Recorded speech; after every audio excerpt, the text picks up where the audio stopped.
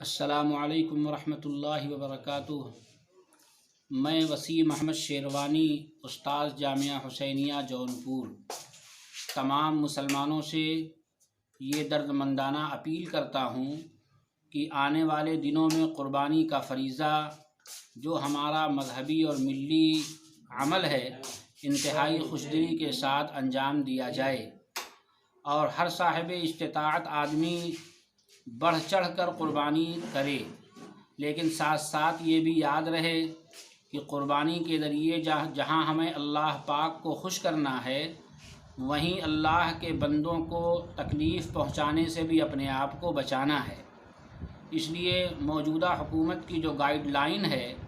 کہ قربانی میں ممنوعہ جانور نہ ذبح کیے جائیں، اس کا ہمیں اور آپ کو احترام کرنا چاہیے۔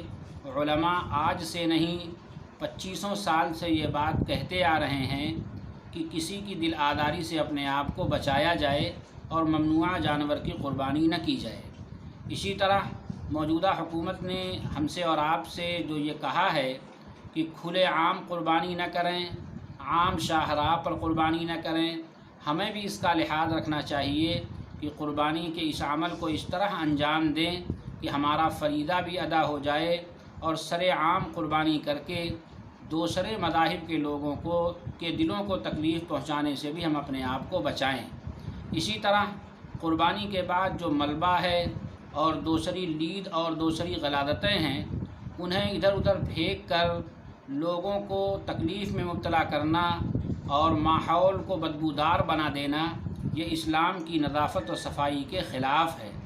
ہمارا مذہب ہمیں عبادتوں کے ساتھ ساتھ پاکی، صفائی، ستھرائی کا حکم دیتا ہے، اس لیے ہمیں قربانی کے فریضے کو انجام دینے کے ساتھ ساتھ صفائی ستھرائی کا بھی پورا احترام اور لحاظ کرنا چاہیے۔ اس کی غلاظتوں اور لید وغیرہ کو دفن کر دیا جائے تاکہ اللہ کے بندوں کو تکلیف پہنچانے کے گناہ سے ہم اپنے آپ کو بچائیں۔ اللہ تعالیٰ اس عمل کو اور اس فریضے کو خوشدلی کے ساتھ ادا کرنے اور ہماری طرف سے جو بھی قربانی ہو